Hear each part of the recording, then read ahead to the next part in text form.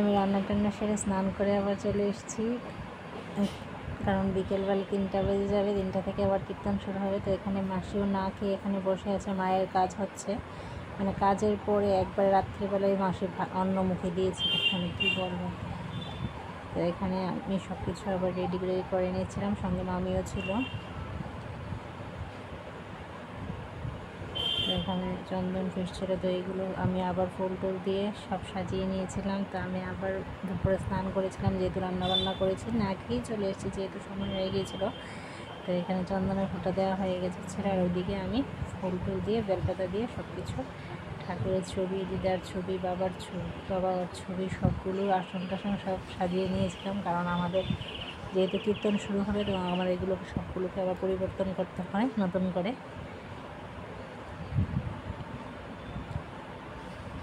যারা স্বরূপানন্দ দ্বিতীয় তারা অবশ্যই সেটা জানো। এগুলো সুন্দর করে সাজিয়ে টাজিয়ে দিয়ে আর কিছুক্ষণ পরে উপাসনাটা শুরু হয়ে যাবে। সব কিছু হয়ে গেছে, বাদ্যযন্ত্র সব কিছু ঠিক করে নিলাম। আমি তাদের মামিদেরকে বলছিলাম মানে প্রসাদ যে দেবে পরে মানে কীর্তনের পরে সেগুলো রেডি করে নিতে। তো তারা একজন বানাচ্ছিল, একজন সঙ্গে ছিল, তো এইভাবে তারা কাজ করছিল। তো আমি একটু ভিডিও করে রেখে দিলাম আর কি। দেখো এখানে ফটোশ্যুট হয়ে গেছে। তো এখানে তারা মামাতো বিশত বোন, তো কীর্তন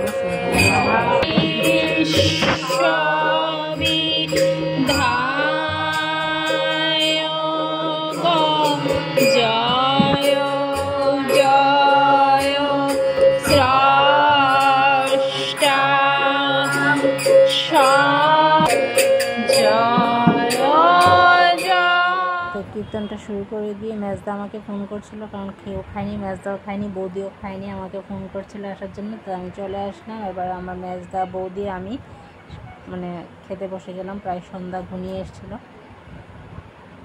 আমরা খেতে বসে গেছি। খাওয়া দাওয়া কমপ্লিট করে আমি আবার চলে গেছিলাম।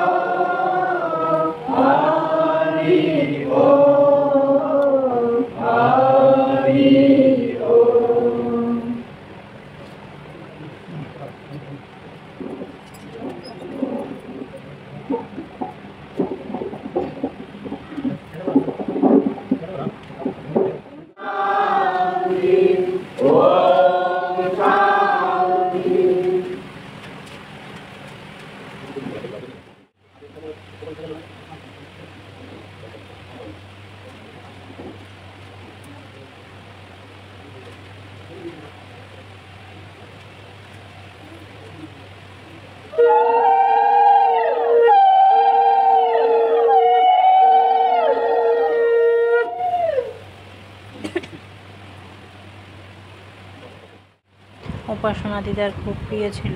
এটা দিদার কাজের মাধ্যমে বোঝা গিয়েছিল এবং খুব সুন্দরভাবে সম্পন্ন হয়েছে।